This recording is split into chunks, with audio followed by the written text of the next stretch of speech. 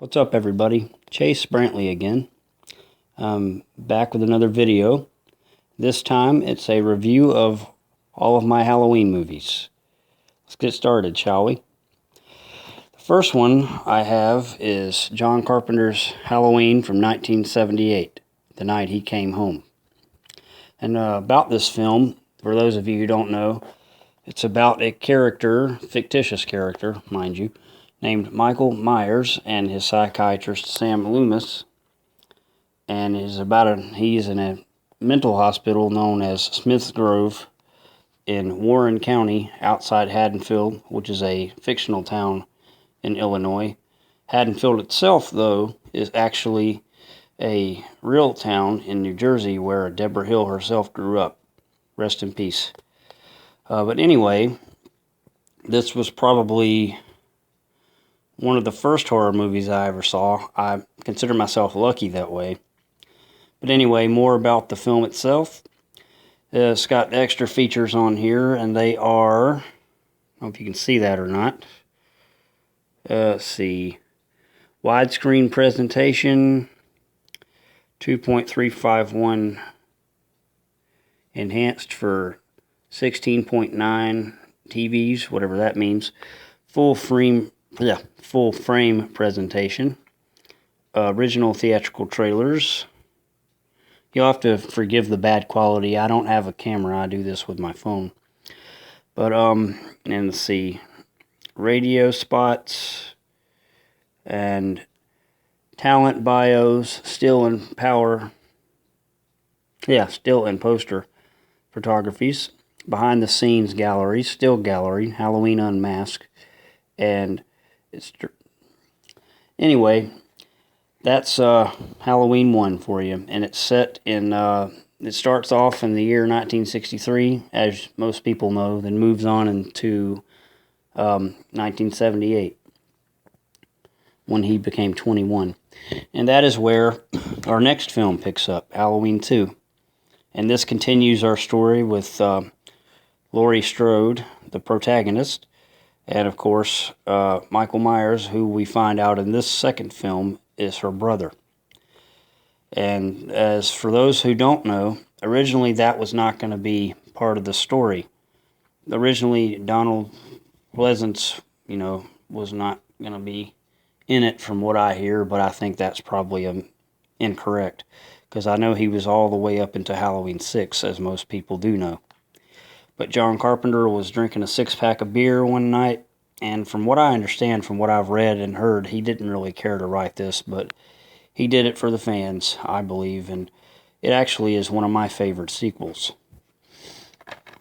Let's see, the features on here, there's not a whole lot. It's you can watch it in Spanish or French, and widescreen subtitles, and that appears to be it for this, and I don't really consider that features very much, but here's the case one more time. You can see Laurie's reflection in on my left side of Michael's mask there. And the next one is Halloween 4, The Return of Michael Myers. This is, I forget how, I believe, supposed to be 15 years after 2, I'm not sure. But he's been in a coma, and he wakes up when he discovers that he has a niece, Jamie Lloyd. And Laurie Strode is presumed dead at this time. And I forget if she's died in a car wreck or whatever it is. So I know Michael hasn't gotten her by this point. That doesn't happen until later, as fans know. But anyway, the premise of this is, Dr. Loomis returns. The great, amazing Donald Pleasence, rest in peace. And he's just on his usual pursuit of the Shape. And for those of you who haven't seen it, I recommend it. It's a very good sequel. And let's talk about the features on here. And I currently have all the single disc. I didn't buy it in a box set, so everything I have is bought independently of each other. So these aren't really like super fantastic discs. The movies are great, as they always have been. But the features on here are just audio commentary, which is cool, with Ellie Cornell, which is Rachel, and of course Danielle Harris, which is Jamie. An audio commentary with Alan B. McElroy, the writer, who wrote this script, by the way, in like 4 days from what I read somewhere, but I'm not sure if that's right or not, and if it is, awesome, but if it's not, please feel free to correct me down in the comments and let me know. I'd love to know.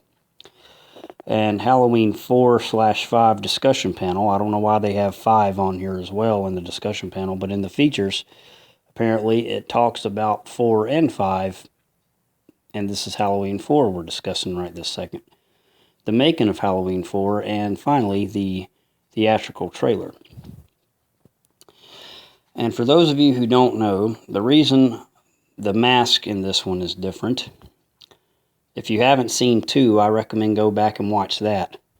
The reason the mask is different, at least from my understanding, if you look at it from the story standpoint, is because Michael was, incinerated, burned up in the hospital when Loomis, lit up the oxygen tanks with his lighter. He sacrificed himself, or attempted to sacrifice himself, in order to save Laurie and all the other survivors, and the kids as well. So, and in the process of that, the original mask was destroyed. So Mike ends up picking up another mask in the store, and that's when he runs into his niece Jamie. But that's the reason the mask looks different. The next one we have is Halloween 5. And this is also a continuation of after when in 4, the end of 4, Michael gets shot down by the police and falls down a mine shaft. And when 5 opens, by the way, this is called, if you can't see it, is The Revenge of Michael Myers. And the reason for this is after he falls down the mine shaft from being shot, you see Jamie there. Now, I think that's a cool still with her and the knife reflection and Michael's mask as usual. And as it says, Michael lives, and this time they're ready. But when he falls down this mine shaft, he goes down the river a ways and ends up in a hermit's shack and is in a coma for, I'm thinking it's another 10 years or so. And the hermit takes care of him because he has no idea who he is or what's going on. And bless him, he gets killed after Michael arises from the coma. And you see the mask back there on the back wall hanging. And then he has this for whatever reason. I don't know why the writers decided to do it this way. But because of what happened in 4 at the end, if you haven't seen it, spoilers, warning. Jamie ends up touching his wrist, grabbing his wrist after he is shot down. And somehow the evil in Michael transfers over to her, which I think would have been a really awesome idea, because at the end of 4, you see her after she stabs her mother with the scissors. I wish they would have continued that storyline. That would have been great. But anyway, sorry for going off track there. She ends up having this telepathic link to her uncle, which is kind of odd, and she, for whatever reason, doesn't speak. I guess because Michael doesn't really talk. I mean, not until Rob Zombie's film, in the very end anyway. But I'm assuming that's why she's mute. But anyway, watch the film and you'll see what I'm talking about. I do like this movie, but it's one of the weaker sequels in my opinion, because it was thrown together and rushed right after 4, because of 4's success that it had. So, I mean, and it was made, no offense, by a French director named Dominique Othenin-Girard. I haven't seen anything else he's done, but I don't know if he's ever seen any of the other movies. But it's okay for what it is, but it's not that great. And the mask itself, the actor playing the Shape in this was great. I think Don Shanks did a great job. But the mask was kind of weak in my opinion. I think they could have at least stuck to something to look more like the original. But as we know in Halloween 2, that one was, destroyed. So, and it doesn't even explain how he got this mask, because nothing happened to the Mask in 4, so you would think that they should have went with the Mask in 4 for this one, but as we all know, they did not. The features in this one include the audio commentary with the director Dominic Othman Gerard. Danielle Harris, of course, is back as Jamie Lloyd, and Ellie Cornell, but she dies in the beginning of it, shortly after the first act or so. Spoiler alert, forgive me. And the features are the Inside Halloween 5 documentary with Danielle Harris, and interviews with Ellie Cornell and Don Shanks, executive producer Mustafa Akkad, and the cinematographer Rob Draper, and the theatrical trailer. Excuse me. Next we have basically a fan-made film. I mean, it's, as everybody knows, Halloween 6 is a mess, and it is called Halloween, The Curse of Michael Myers. After 5, for whatever reason, they stopped putting the numbers on them. And it's a good movie for what it is, in my opinion, but a lot of people don't like it that much. And this version here is the theatrical release, which is unfortunate. I have seen Halloween 666, the producer's cut, but I can't find it anywhere, so this is the one I'm stuck with, which is okay with me. But in this story, it completely negates the previous line of Jamie and, Rachel and all that. And in this one, you have, it goes kind of sort of makes a nod back to the original in the sense that the character Tommy Doyle makes a return, and of course Donald Pleasence is back in it.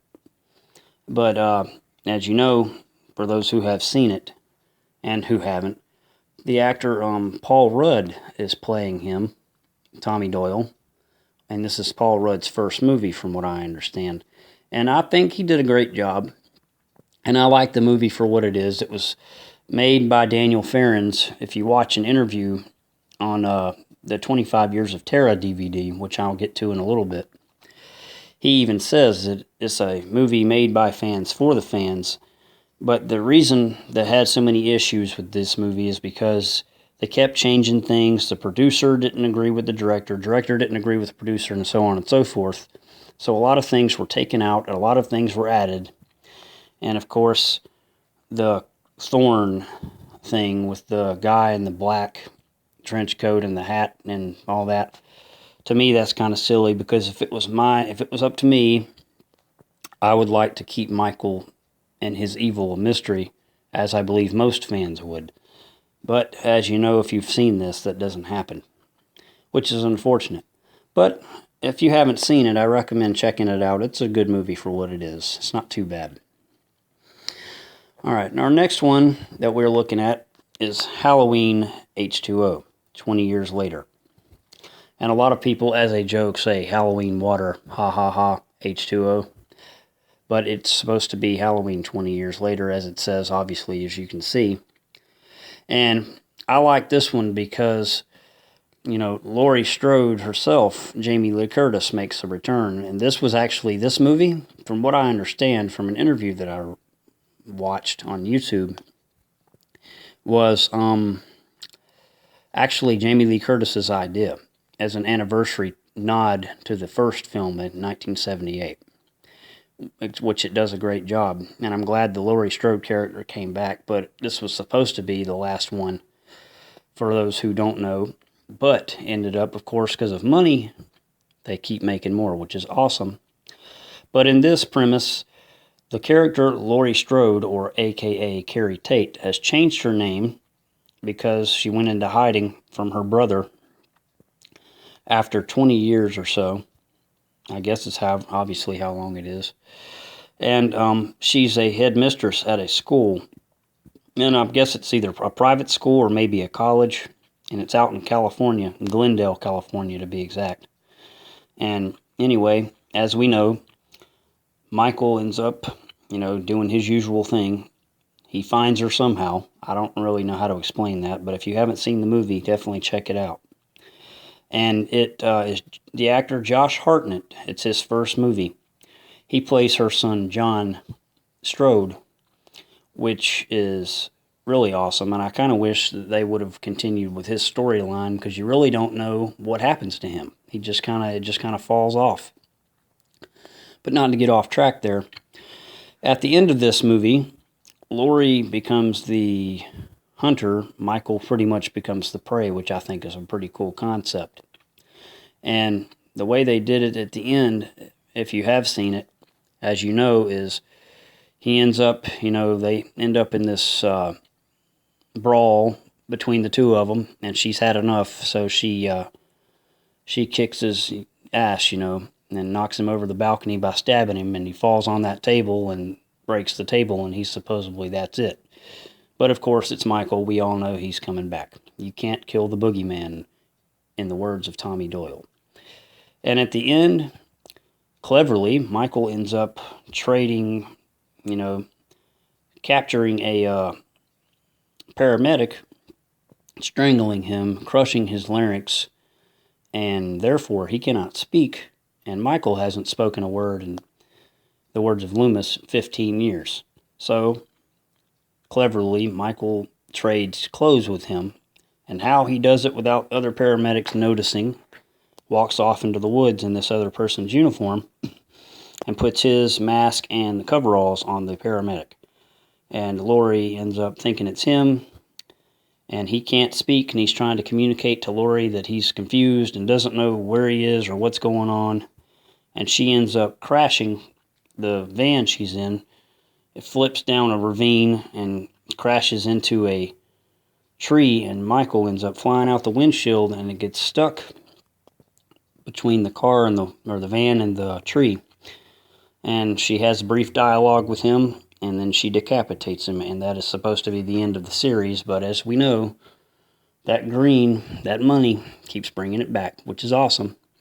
But anyway, bonus materials for this one is Unmasking the Horror, which essentially is a documentary of this movie and the films in general.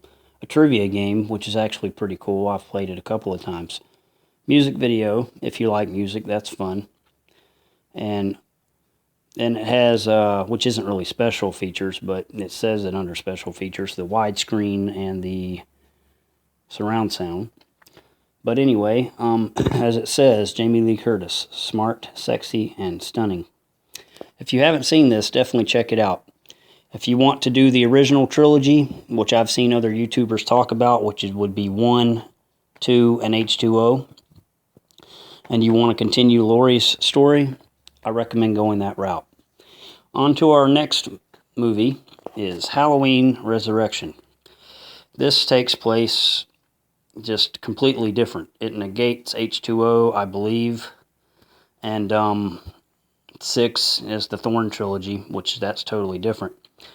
But in Halloween Resurrection, Laurie, I guess it doesn't really negate H2O fully, not in the beginning anyway.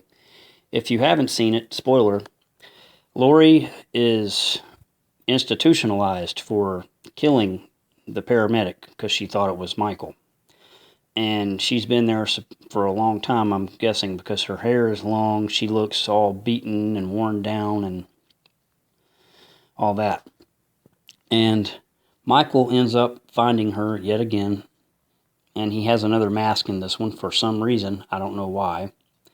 He didn't never go back for his other one, so it doesn't really explain where he found this one, but I do like the way this one looks. But anyway, on to the synopsis. He ends up finding Laurie, and within the first 10 or 15 minutes or so, she chases him, or he chases her rather. She traps him onto a roof, or the roof of the hospital, and gets him entangled into a rope, and he ends up pretty much hanging. But somehow, instead of just cutting the rope so he falls, but we all know that wouldn't have killed Michael anyway. He's been shot, burned, buried alive pretty much. Anything, his head, basically what we thought was decapitated. Anything that could happen to a person, to a horror movie villain, has pretty much happened to him. And the evil keeps on bringing him back over and over again. So on this, he grabs the rope, somehow pulls her over the edge, and stabs her in the back, and she falls to her death. And from there, he ends up somehow, I guess, going back home to his original childhood home, because somehow he figures out that there is a group of college kids that are exploring the Myers house for some TV reality show called Dangertainment. And of course, if you've seen Halloween 6, you kind of get the idea of the premise that anybody that's in Michael's house or in his, territory pretty much, I guess he associates it as family, because as you know, the storyline is, the original one, Michael kills his sister, Judith, and then he continues to kill his bloodline over and over again as you continue watching the films. So I've always kind of figured anybody that steps foot into his house, he pretty much, to him, they're his family, so they have to go. And they're all exploring this house without any idea that he's there. And he kills them off one by one. And they all wear these little cameras on their head to make it like sort of reality TV type sort of deal. And of course, the cheesy ending at the end, if you haven't seen it, spoiler again. This is my first movie review, so forgive me for rambling so much, and it's a really long video. But Buster Rhymes ends up Bruce Lee in his ass, pretty much. But anyway, I mean, and I thought that was kind of cheesy, but it's okay. It's not my favorite one. But anyway, on to the next one. Is Halloween 25 Years of Terror. It's a 2-disc box set. And this actually is not a Halloween movie per se, for any of you who haven't seen or heard of this. This is a documentary on all the films, from Halloween 1 to Halloween Resurrection. And it has panels of all the actors. You know, it's a 2-disc box set. Halloween 2 and 3 exclusive interviews, extended celebrity interviews, Halloween 5 on-set footage, Halloween convention montage, fans of Halloween, which is probably my favorite part of the whole DVD, is different fans showing you, I don't know if you can see it there, but different fans showing you all of their memorabilia and pictures and talking about how much they love Michael Myers and the Halloween franchise. And on disc 2, you got Halloween panel, the original Halloween panel discussion, Halloween 2 panel discussion, as you see there, Halloween 6 panel, Ellie Cornell panel discussion, Michael Myers panel discussion,